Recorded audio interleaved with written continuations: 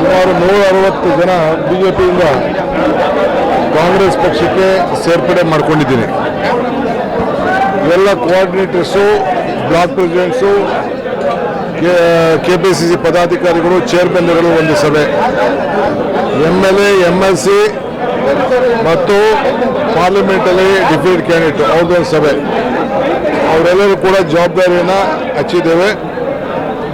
ಯಾವ ರೀತಿ ನಮ್ಮ ಗ್ಯಾರಂಟಿಗಳನ್ನೆಲ್ಲ ಮಾತಾಡಿಸ್ಬೇಕು, ಯಾವ ರೀತಿ ಬೂತ್ನ ಜವಾಬ್ದಾರಿ ತಗೋಬೇಕು ಅಂಥೇಳಿ ನಮ್ಮದೇ ಆದಂಥ ಮಾರ್ಗದರ್ಶನವನ್ನು ಕೊಟ್ಟಿದ್ದೇವೆ. ಬಹಳ ಸಂತೋಷ. ಎಲ್ಲ ವರ್ಗದ ಜನರ ಒಗ್ಗಟ್ಟಿಂದ ಎಲೆಕ್ಷನ್ ಮಾಡ್ತಾ ಇದ್ದಾರೆ. ಇವತ್ತು ಇದು ಲೋಕಲಲ್ಲಿ ಎಲ್ಲ ಕಾರ್ಯಕರ್ತರು ಬಹಳ ಉತ್ಸಾಹದಿಂದ ದುಡಿತಾ ಇದ್ದಾರೆ. ಸಾವಿರಾರು ಜನ ನಾಯಕರಿಗೂ ಕೂಡ ಹೊರಗಡೆಯಿಂದ ಈ ಪಕ್ಷ ಇನ್ನ ದೊಡ್ಡ ಮೊತ್ತದಿಂದ ಗೆಲ್ಲಿಸಬೇಕು ಅಂಥೇಳಿ ಇಲ್ಲಿಗೆ ಬಂದು ಚುನಾವಣೆ ಮಾಡಲಿಕ್ಕೆ ಬಂದಿದ್ದಾರೆ. ಅವರೆಲ್ಲರೂ ಕೂಡ ನಾವು ಮಾರ್ಗದರ್ಶನವನ್ನು ನಾವು ಕೊಟ್ಟಿದ್ದೇವೆ.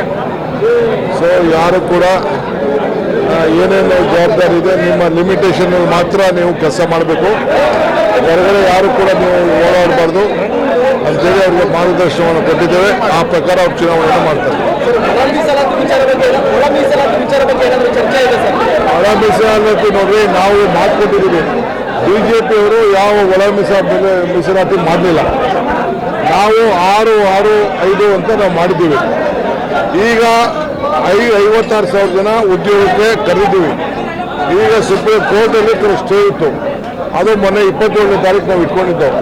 ಈಗ 9ನೇ ತಾರೀಕು ಆದಮೇಲೆ ನಮ್ಮ ಕೋಡ್ ಆಫ್ ಕಂಡಕ್ಟ್ ಮುಗಿದ ಮೇಲೆ ಮತ್ತೆ ಒಂದು ಮೀಟಿಂಗ್ ಮಾಡಿ, ಕ್ಯಾಬಿನೆಟ್ ಮೀಟಿಂಗ್ ಮಾಡಿ, ಅದನ್ನು ಕೂಡ ಎಲ್ಲರದ್ದು ಕೂಡ ನಾವು ಮಾಡ್ತೀವಿ. ನಾವು ಕಾಂಗ್ರೆಸ್ ಪಕ್ಷ ಒಳ ಮೀಸಲಾತಿ ವಿಚಾರದಲ್ಲಿ ನಮ್ದು ಕಮಿಟ್ಮೆಂಟ್ ಇದೆ.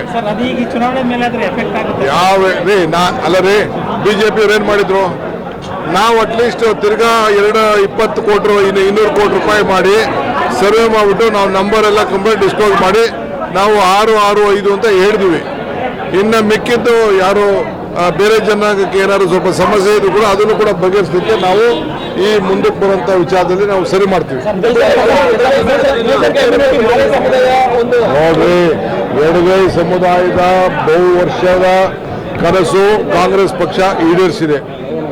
ಆಯ್ತಾ? ಅದು ಯಾರು ಗೊಂದಲ ಮಾಡ್ಕೊಳ್ಳುವಂಥ ಪ್ರಶ್ನೆ ಇಲ್ಲ.